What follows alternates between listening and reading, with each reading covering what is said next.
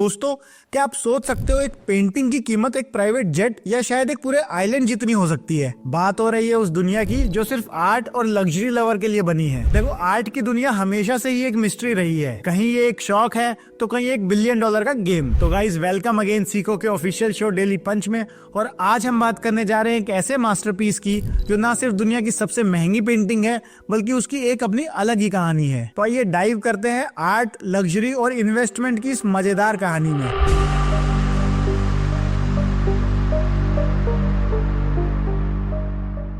सोचो ये पेंटिंग कितने की होगी? 1 करोड़, 2 करोड़, शायद 50 करोड़ या फिर 100 करोड़। चलो आज मिलो दुनिया की सबसे महंगी पेंटिंग से, सैल्वाडोर मुंडी। ये मास्टरपीस बनाई थी लियोनार्डो दा विंची ने और इसे खरीदा था सऊदी के एक प्रिंस ने for a mind blowing price of 3600 crore. हाँ, बिल्कुल सही सुना, 3600 करोड़। अब ये सिर्फ पेंटिंग का क्रेज है या कुछ और? आखिर ये अमीर लोग ऐसे महंगा आर्ट क्यों खरीदते हैं? मजाक में कहा जाता है ना कि रिच पीपल आर क्रेजी, पर असल में ये पिक्चर काफी अलग है। देखो, जब हम जैसे नॉर्मल लोग ये देखें तो लगेगा कि ये बस एक शौक है, लेकिन सच ये है कि ये आर्ट सिर्फ शौक पूरा करने के लिए नहीं होती। ये एक इन्वेस्टमेंट है और एक स्टेटस सिंबल भी। आज के टाइम में आर्ट एक ऑल्टरनेटिव इन्वेस्टमेंट कहलाता है। फोर्ब्स की एक रिपोर्ट कहती है कि फाइन आर्ट ने स्टॉक्स और गोल्ड को लास्ट 10 सालों में रिटर्न के नाम पे काफी पीछे छोड़ दिया है। लोग एक एक पेंटिंग इसलिए खरीदते हैं ताकि उसकी वैल्यू टाइम के साथ और बढ़े। एक और रिपोर्ट के हिसाब से 2022 में ग्लोबल आर्ट मार्केट थी 441 बिलियन डॉलर्स की, जो बढ़कर 2023 में 579 बिलियन डॉलर्स हो चुकी थी। वैसे देखो, ये सब इतना सिंपल नहीं है।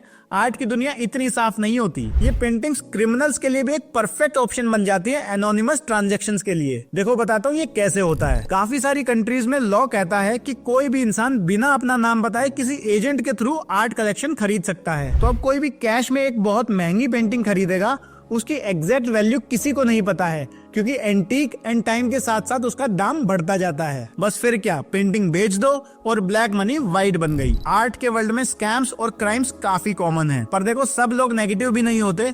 अमीर लोग एक्चुअली आर्ट खरीद के म्यूजियम्स को भी डोनेट कर देते हैं। इससे कल्चर तो प्रमोट होता ही है और उनका टैक्स भी बच जाता है। तो गाइस, सैल्वाडोर मुंडी जैसी पेंटिंग सिर्फ आर्ट नहीं है, ये है एक इन्वेस्टमेंट स्ट्रेटेजी, एक टैक्स हैक और कभी कभी एक लग्जरी दिखाने का आइटम भी। तो अगली बार जब आपको लगे कि किसी ने एक पेंटिंग के लिए करोड़ों उड़ा दिए, सोचिए क्या ये सिर्फ शौक है या एक स्मार्ट मूव। और जाते जाते वीडियो को लाइक करते जाएं।